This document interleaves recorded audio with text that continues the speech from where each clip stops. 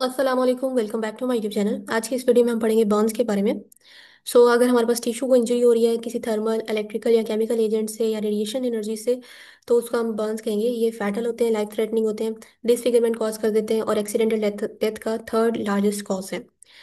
अगर इसकी क्लासिफिकेशन देखें, हमारे पास थर्मल बर्न है, केमिकल बर्न, इलेक्ट्रिकल और रेडिएशन। इलेक्ट्रिकल बर्न में हमारे पास जैसे बिजली गिर जाती है और इसकी वजह से जो इंजरी होती है वो हाई टेंशन इंजरी होती है। केमिकल बर्न में जैसे अल्कली या एसिड से किसी ने तेजाब पी लिया या किसी के ऊपर तेजाब फेंक दिया, उसकी वजह से जो बर्न्स होंगे वो केमिकल बर्न होंगे। थर्मल बर्न में हमारे पास इनहेलेशन इंजरी है, जिसमें किसी ने जैसे बंद कमरे में आग लगी और उसके रिस्पायरेटरी ट्रैक के ऊपर जो है ना, रिस्पायरेटरी ट्रैक की इंजरी हो गई, तो उसको कहेंगे thermal inhalational injury. Flame burn में आग लग जाना, जैसे किसी कपड़ों को। कॉन्टैक्ट बर्न में जैसे कुकर था किचन में, गर्म था, उसके साथ हाथ लग गया, उसको कॉन्टैक्ट बर्न्स कहेंगे। और स्कार्ड्स में किसी के ऊपर उबलता हुआ पानी या दूध गिर गिर जाए, तो उसकी वजह से जो डैमेज होगा उसको हम स्कार्ड्स कहेंगे। तो इनॉटमी और फिजियोलॉजी देखेंगे स्किन की। ये लार्जेस्ट बॉडी ऑर्गन है, प्रोटेक्ट करता है अंडरलाइन टिश्यूज को, टेम्परेचर को रेगुलेट करता है, फ्लूइड को लॉस होने से प्रिवेंट करता है। नॉर्मली फ्लूइड लॉस होता है लेकिन उसको ओवर एक्सेसिव फ्लूइड लॉस से प्रिवेंट करता है। और एक सेंसरी ऑर्गन है।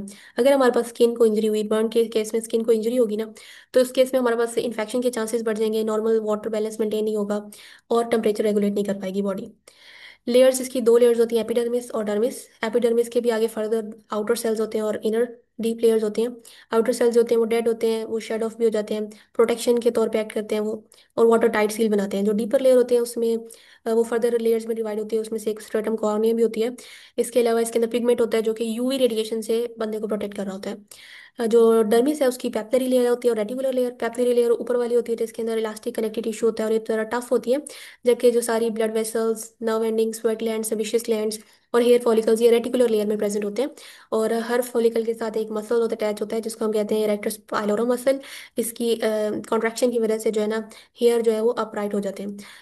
गूस पंप जो हम गूस फ्लैश महसूस करते हैं, वो इसकी वजह से होता है, इरेक्टस पाइलोरम मसल की वजह से।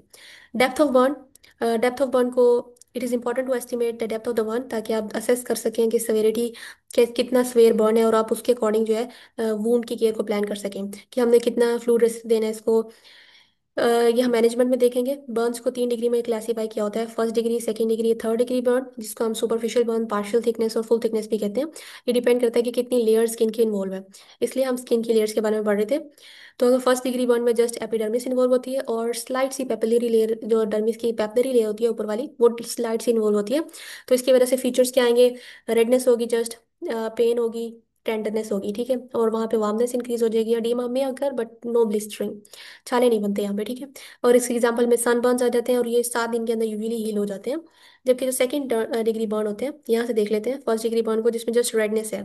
सेकंड डिग्री बर्न जिसको हम पार्शियल थिकनेस बर्न भी कहते हैं, इसमें एपिडर्मिस भी इन्वॉल्व होती है और जो डर्मिस की रेटिकुलर लेयर होती है, सेकेंड लेयर जो होती है, वो भी पार्शली इन्वॉल्व होती है। लेकिन इसमें फिर भी रीजनरेशन हो जाती है एपिथेलियम की, लेकिन एक स्कार बन जाता है, हाइपोट्रोफिक स्कार जिसको कहते हैं। और जिसमें पेरेंट्स होती है ना, वो हमारे पास मॉइस्ट एंड शाइनी पेरेंट्स होती है लाइक दिस, और कलर में सेलमन पिंक कलर होता है, ठीक है, salmon pink to red colour के होते हैं ये। इसके अलावा जो है ना, हमारे पास ये पेनफुल होते हैं, और क्योंकि इसमें नर्व्स इंटैक्ट होती हैं इस वजह से इसमें does does not have to blister to be second degree, usually heal in 7 to 21 days, ठीक है। तो ये 7 से 21 दिन में हील हो जाते हैं। अब आ जाते हैं लास्ट थर्ड डिग्री बर्न, जिसमें एपिडर्मिस भी इन्वॉल्व है, डर्मिस भी, और साथ में जो सबक्यूटेनियस फैट होता है उस वो भी बर्न हो जाता है। इसकी जो अपेयरेंस होती है, ये थिक और ड्राई होते हैं, ब्लैक कलर की इनकी अपेयरेंस होती है। ये बिल्कुल पेनलेस होते हैं क्योंकि इसमें जो नर्व एंडिंग्स होती हैं, जो हमने पढ़ा था कि होती हैं डर्मिस की रेटिकुलर लेयर के अंदर, वो भी डैमेज हो जाती हैं। जब नर्व एंडिंग्स ही नहीं होगी तो पेन फील नहीं होगी, ठीक है। और अगर पेन हो रही है तो इसका मतलब ये है कि इंटरमिक्सिंग है सेकेंड डिग्री की, मतलब वो सेकेंड डिग्री बर्न है। माइनर ब्लीडिंग भी हो सकती है, ये अब हील नहीं होते खुद से, इनमें ग्राफ्टिंग करनी पड़ती है। So this is third degree burn. अब हमारे पास जोन्स होते हैं स्किन के, इसमें हमारे पास हाइपरीमिया जोन होता है जो कि सुपरफिशियल होता है, स्टेसिस जोन होता है और कोएगुलेशन जोन होता है। यहाँ पे नजर आ रहे हैं कोएगुलेशन जोन, स्टेसिस जोन।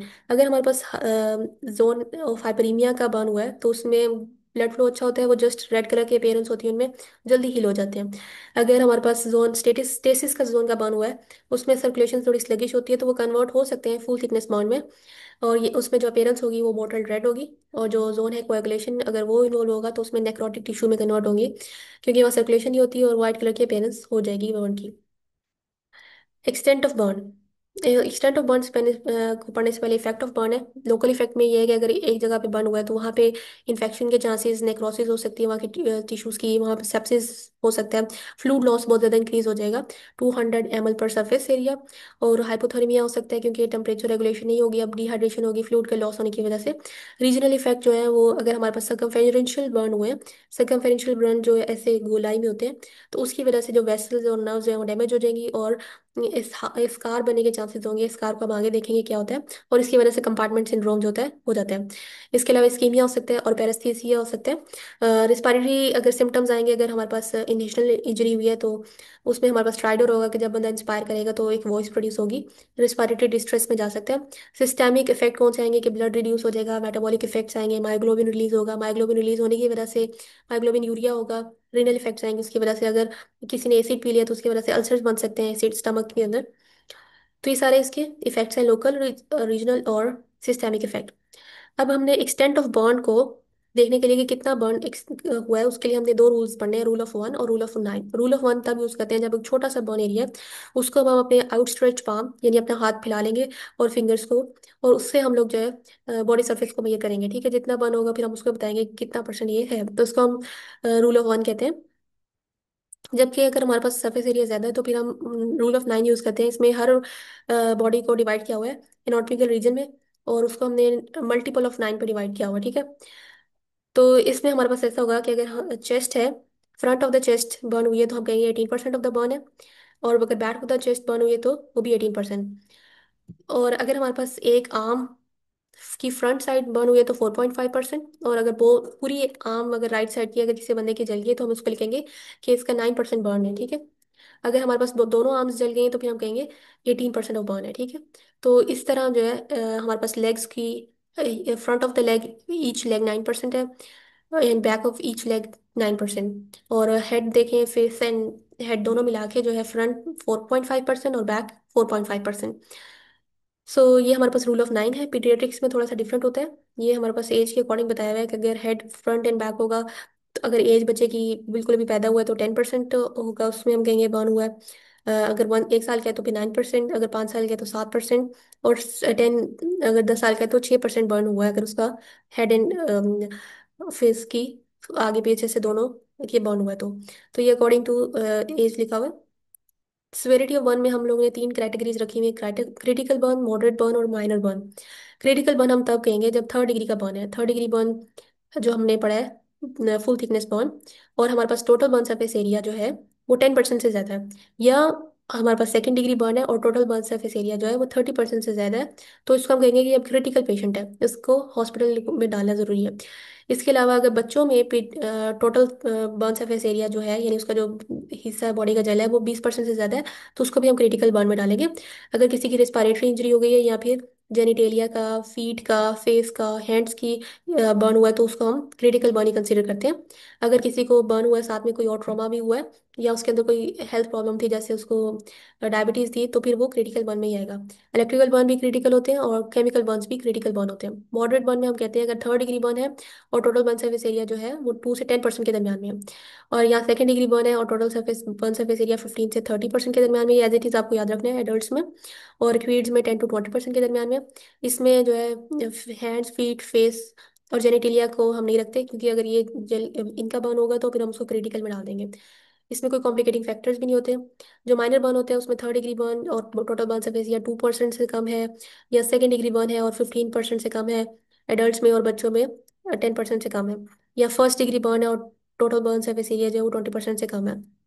अब ऐसे पेशेंट जिसको आपने हॉस्पिटल में डालना है वो ये है कि अगर हमारे पास बर्न जो है वो 15% से ज़्यादा है एडल्ट्स में, बच्चों में 10% से ज़्यादा है, और अगर हमारे पास जो पेशेंट है वो बहुत ज़्यादा एल्डरली है या बहुत यंग है, या उसके अंदर जो है ना उसकी फुल थिकनेस बर्न हो गया, या उसकी स्पेशल रीजन्स का बर्न हो गया, या सर्कमफेरेंशियल बर्न हो गया, या उसको इनहेलेशनल इंजरी हो गई है, या कोई साथ उसको ट्रॉमा भी साथ है, और उसका कोई पहले उसकी मेडिकल हिस्ट्री भी है डायबिटीज़ की, एक मेडिको लीगल केस है जिसमें किसी के बहुत समझो तेजाब गिरा दिया या खुदकुशी कर ली, या हाई टेंशन इलेक्ट्रिकल या हाइड्रोफ्लोरिक बर्न है, और क्रिटिकल बर्न्स और मॉडरेट बर्न को हॉस्पिटल की जरूरत होती है।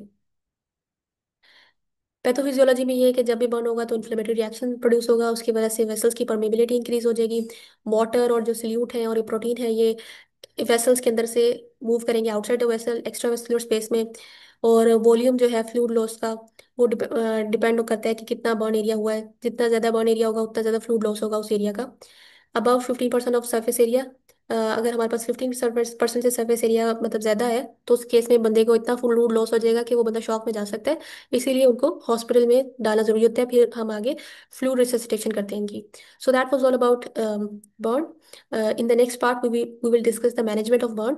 If you have any query or confusion, you can ask.